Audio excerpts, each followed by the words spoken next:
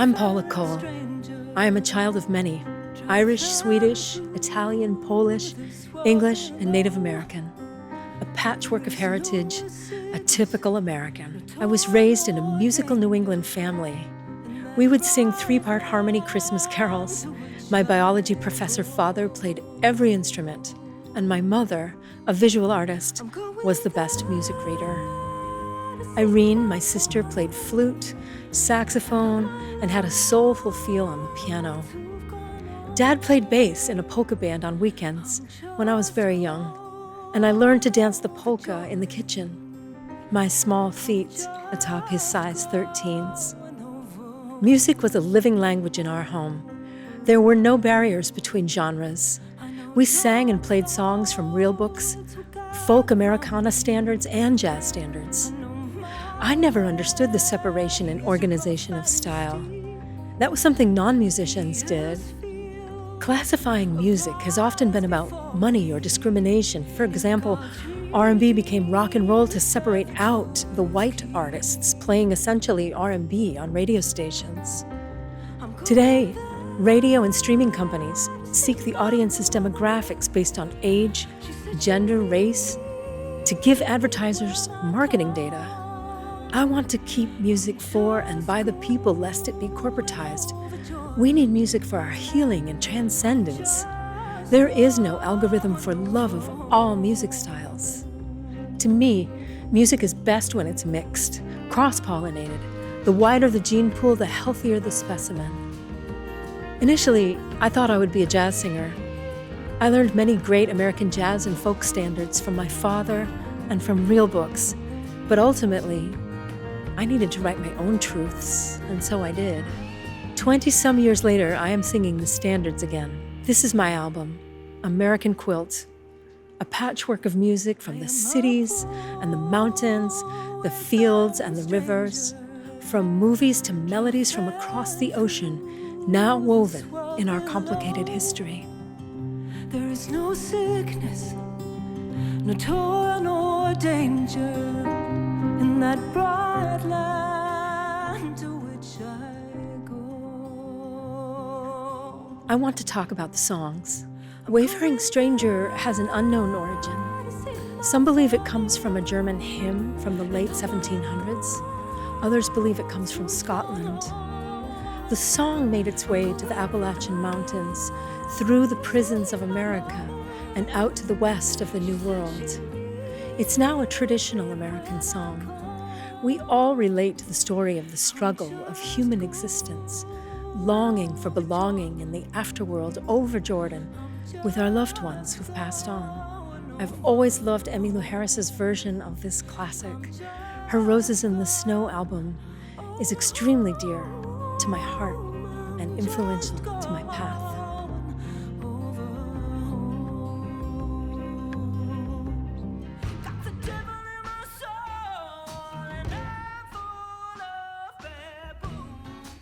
I heard Black Mountain Blues because I love Bessie Smith.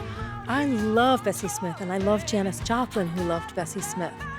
Both women sang this song, and it's strong like good coffee and brings out something different in me as I honor the legacy of two great artists who both identify with the lyrics of Black Mountain, where appetite and violence rule, and softness must yield to steeliness. Bessie and Janis related to these lyrics, and I do too.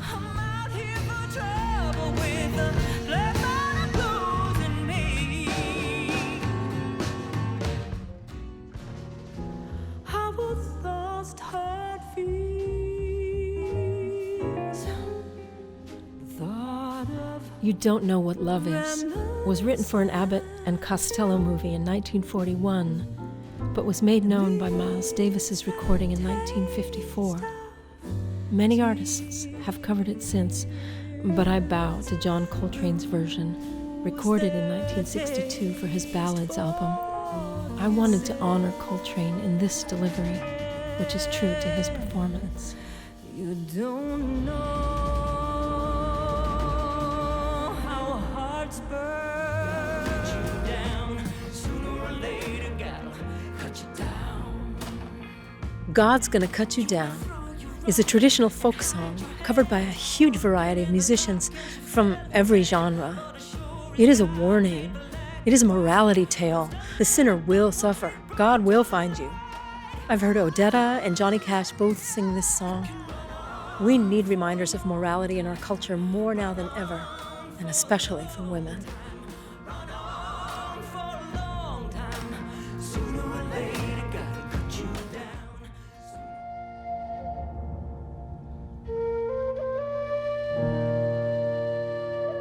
Shenandoah is a traditional folk song of unknown origin.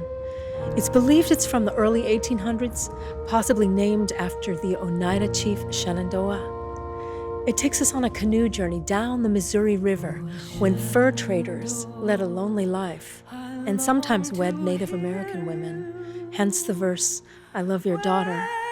Those going down the Mississippi River met up with clipper ships, whose sailors then sang Shenandoah as a sea shanty across the Atlantic to the UK and around the world. I've loved this song my whole life. I wanted to honor it with this arrangement that has become somewhat cinematic. The arrangement traverses land and sea as the song has done.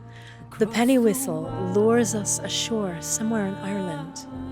The gospel feel of the choral ending transports us to an American church. And the lap steel delivers us back to the river, moving and flowing.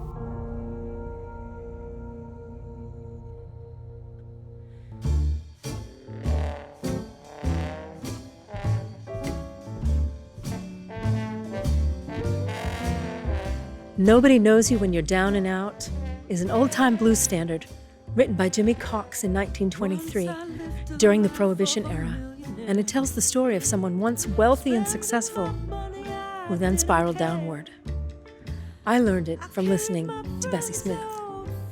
It has particular poignancy to me knowing the incredibly hard life Bessie lived as a bisexual woman of color in a racist America. She grew up extremely poor, singing for pennies in Chattanooga, Tennessee, then became at one point the highest paid entertainer of color in the States. She rode in her own 72-foot-long train car. In Bessie's day, the big blues stars were women, and the lyrics she sang are absolutely incredible. Her lyrics empower women. They tell cautionary tales. They give advice to other women to possess self-respect, to not feel shame for being strong and being yourself. Billie Holiday and Janis Joplin both credit Bessie, the Empress of the Blues, as their biggest influence. Janis Joplin helped pay for a proper tombstone for Bessie's unmarked grave. Nobody knows you when you're down and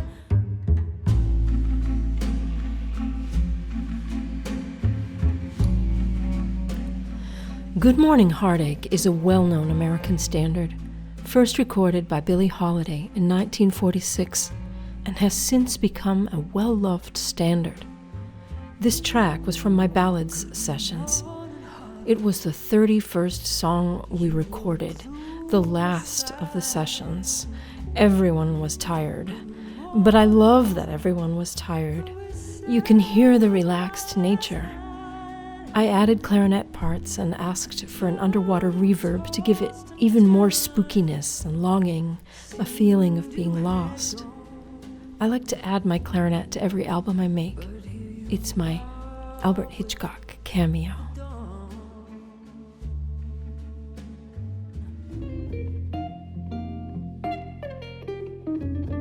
Bye Bye Blackbird is another classic American standard, first recorded in 1926 and made best known by Miles Davis.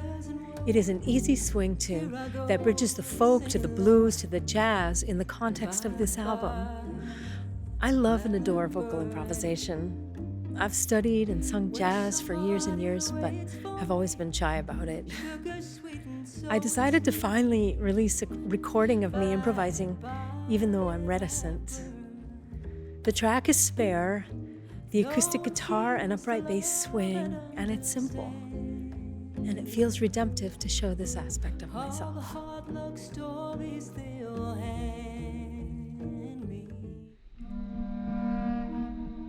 Steal Away is a traditional gospel song that doubles as a protest song. It brings back the time of our horrific American past of slavery, in which Christian hymns became veiled double meanings. In this case, code for people of color preparing to flee. Steal Away is the intro for the next song, an original. I needed to write a song to more deeply reflect upon and acknowledge our tragedy of slavery. Africans essentially built the American economy through its rice, tobacco, and cotton trades. The cultural influence they brought to music is indescribably profound. This history is a vital aspect of our proverbial American quilt. I had heard some historical stories regarding slave quilts, so I did some research and composed Hidden in Plain Sight. It is said that these women artists created clues and secrets within their quilts and hung them in plain sight to serve as guidance for other slaves seeking to flee to the Underground Railroad. It was women's work, after all, so nobody paid any attention, and it was a radical act. In this song, each verse represents a quilting pattern and advice for the traveler. Monkey's wrench and flying geese are quilting patterns, as are bear trail and crossroads.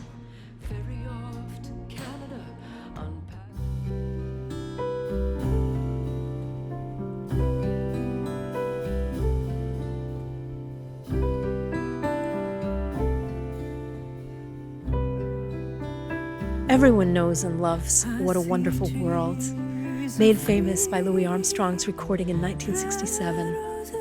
We can't talk about American music without honoring Louis Armstrong, a genius if ever there were one. Pops stitched together classical music with Dixieland, with swing, with pop. He unified both black and white audiences. He practiced daily and had tremendous ears. He vocally improvised on a level rarely attained. He heard the chords and the guide tones. He lived inside the music, and he possessed palpable joy. Louis helps anyone who takes the time to just listen to feel better. It is said that one of the composers of What a Wonderful World, George David Weiss, wrote the song specifically for Louis Armstrong in the hope that it would bring people of all races together, and I think it does. At this time in our American history, we have recently endured some hellish years, and I felt quite sad when I recorded the song. I think you can hear the sadness in my voice, and it gives the track a little pathos, which I like.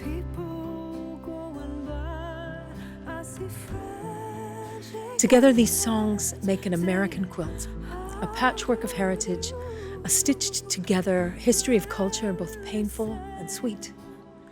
I hope the listener will step inside the canoe and float down the Missouri River of their mind.